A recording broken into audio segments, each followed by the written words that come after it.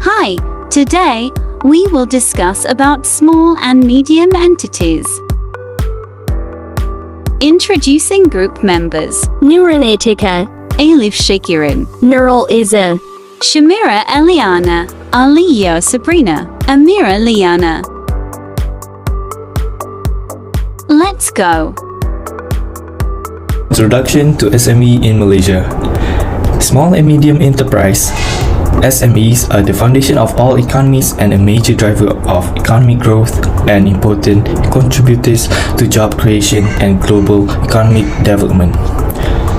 Based on the latest data, 97.2% of business establishments in Malaysia are SME. SME contributes on average 38% of Malaysia's GDP every year since 2015. In general, the size of establishment is defined based on two criteria: annual sales turnover and the number of full-time employees. SME in Malaysia is defined as follows.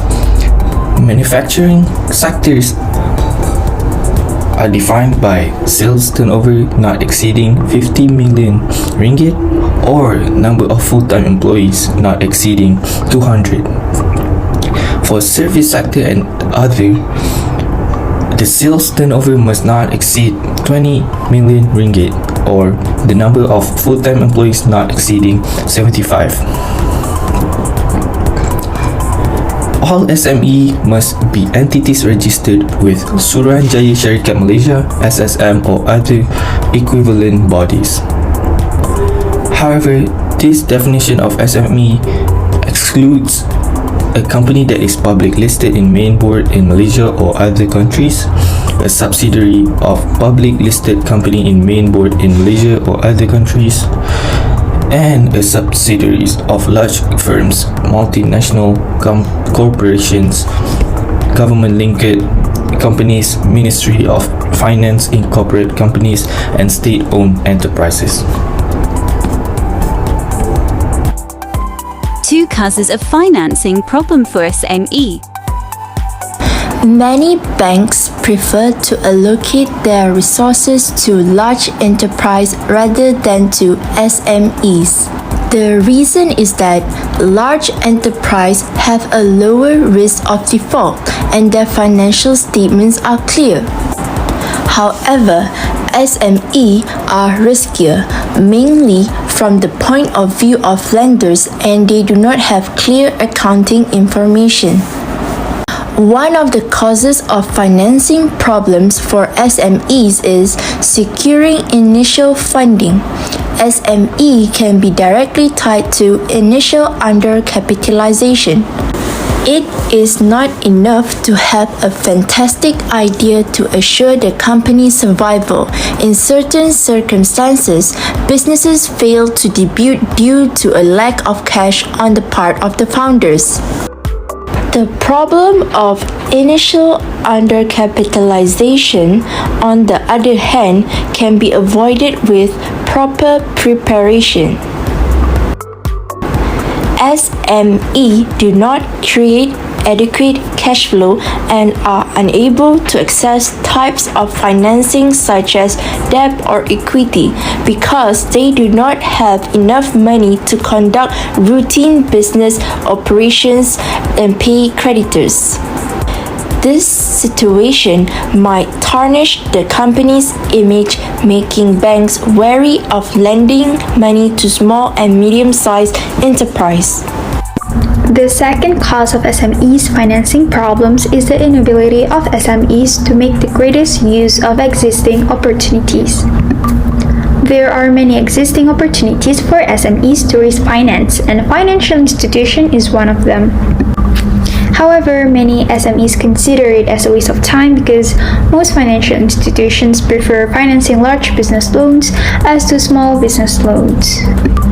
This is due to the less profit gain on small loans, lack of collateral, and also bad credit or lack of credit history. There are certainly examples of SMEs that have been able to establish a strong relationship with investors or business angels. However, in many cases, SMEs are just concerned with production aspect of the business plan and are unwilling to invest time in developing financing options. Even when financing is available, low awareness of available opportunities and a lack of financial knowledge remain as major barriers to SMEs accessing the required financing. SMEs must understand how different instruments might serve different financing needs at specific stages of their business life cycle, the benefits and risks involved, as well as the opportunities for leveraging multiple financing sources. Although business collaborations and incubators can occasionally help with this issue, there are still many SMEs that are still struggling to make the most effective use of the available opportunities.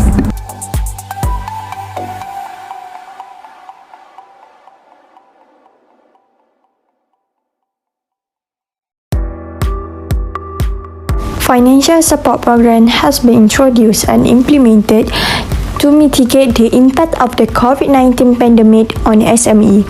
These are mainly to support liquidity in the system. Credit guarantees may lower finance or borrowing costs, which are expected to stimulate investment. There are three examples of financing support programs. The first one is microcredit scheme. Microcredit scheme is additional funds of 500 million ringgit administered by Bank Simpanan Nasional. Loan eligibility requirements are reduced to a minimum of 6 months of operation. The maximum financing amount is 75,000 ringgit for each entrepreneur. Next is Government Guarantee Scheme by Syarikat Jaminan Pembiayaan Perniagaan. It will provide 5 billion ringgit worth of guarantees and increase the guarantees coverage from 70% to 80% for SMEs that face difficulties in obtaining loan. It is to assist affected companies with cash flow. Lastly, financial support programs that been introduced during the COVID-19 pandemic is postpone income tax installment payment.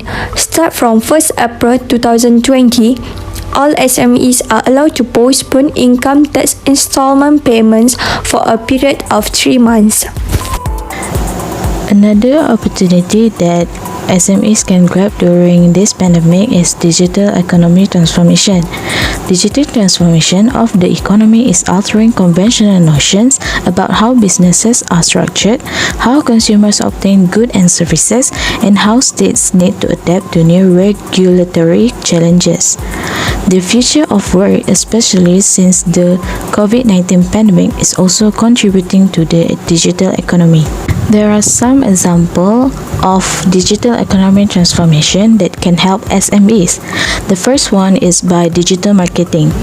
Digital marketing campaigns can reach a wider customer base more efficiently, effectively, and cheaply than the traditional advertising.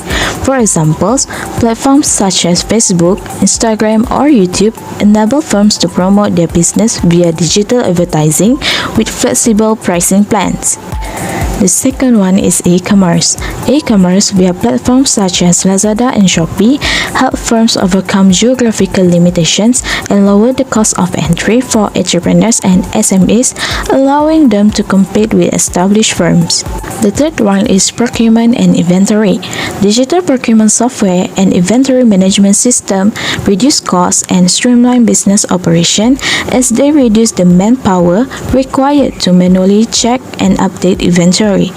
For example, inventory restocking can be automated using analytical models that can predict price fluctuation and customer demand. Contrary to the notion that it is unnecessary for SMEs to digitalize due to their small scale, SMEs tend to benefit massively from adopting digital technologies. The use of digital technologies would significantly improve SME productivity. We hope this video give a lot of information to you. That's all from us. Thank you.